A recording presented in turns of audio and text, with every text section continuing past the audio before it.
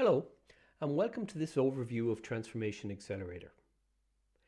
In this short video, we're going to explore how the Transformation Accelerator platform was used to visualize, define, and design the business model and ecosystem for a financial services organization.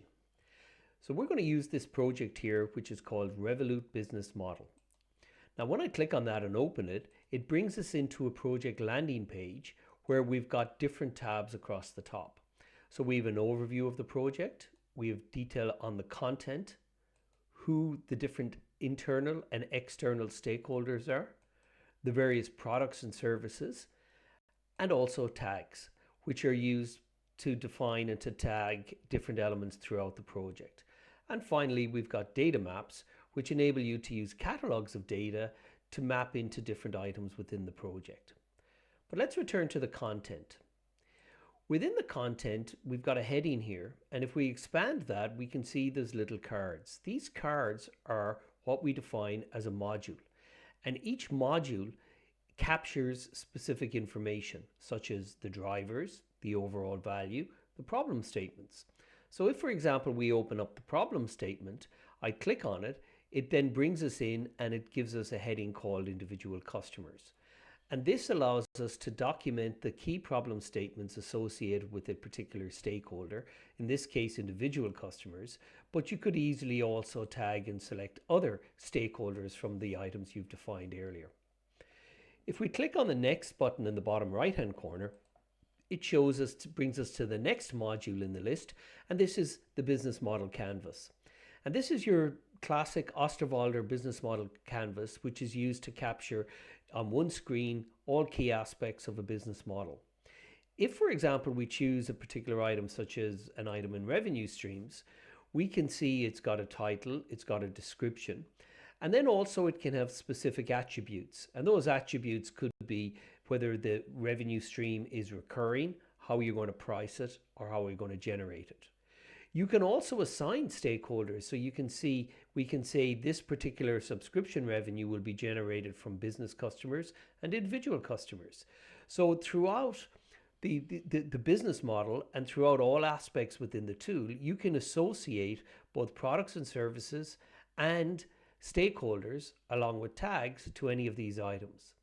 Why would you do this? Well, one of the reasons is to be able to look at things from different perspectives. So if I want to go and look at this particular business model and say, I want to look at it from the perspective of business customers, I can select that and apply the filter. And then it will allow me to actually filter and only show those items related to the business customers. What this can also help do is highlight where there may be gaps. So we may identify, we don't have any partners or cost elements associated with that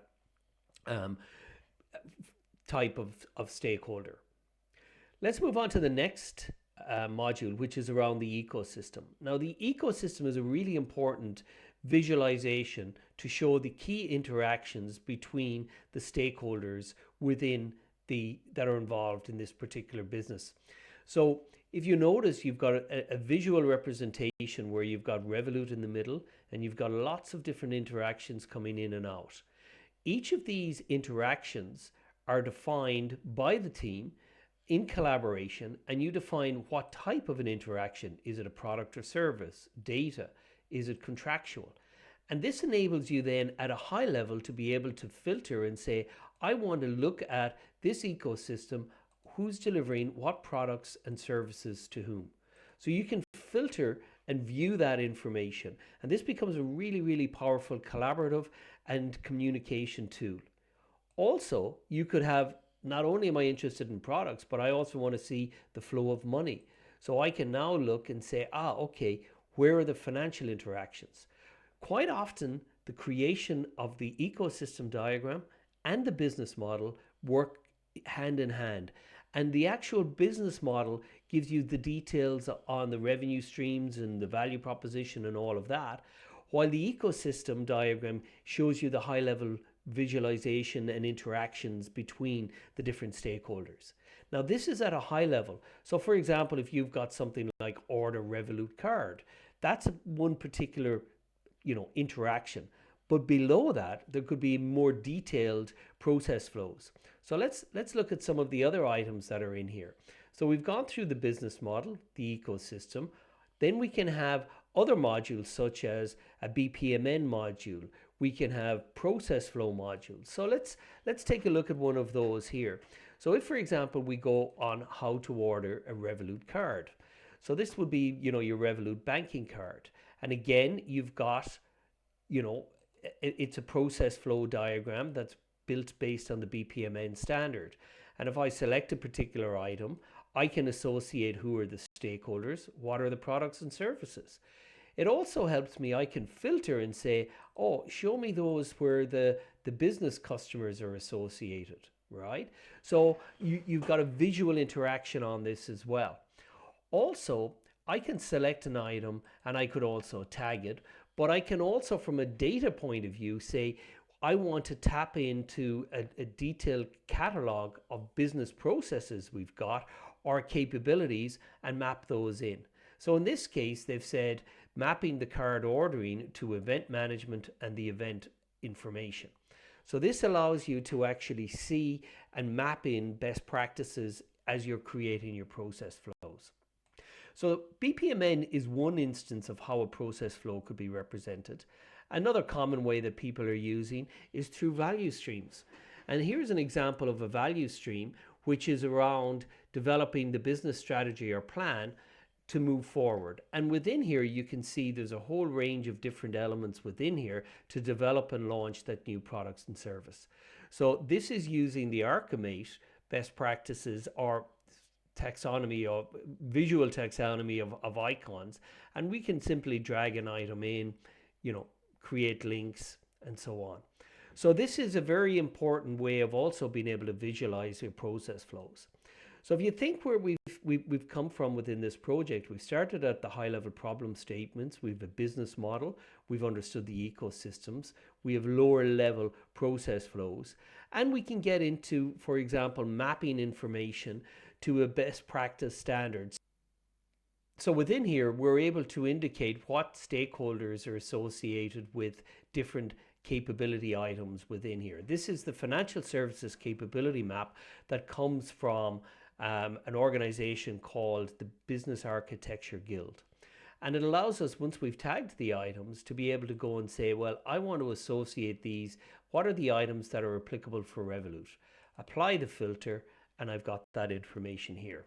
There are a range of other features across here around being able to view the information in different formats, to export it as well. So in addition to being able to capture high-level users' problem statements, value statements, drivers, you've gone through a detailed exercise to be able to look at the business model, the ecosystem, creation of process flows.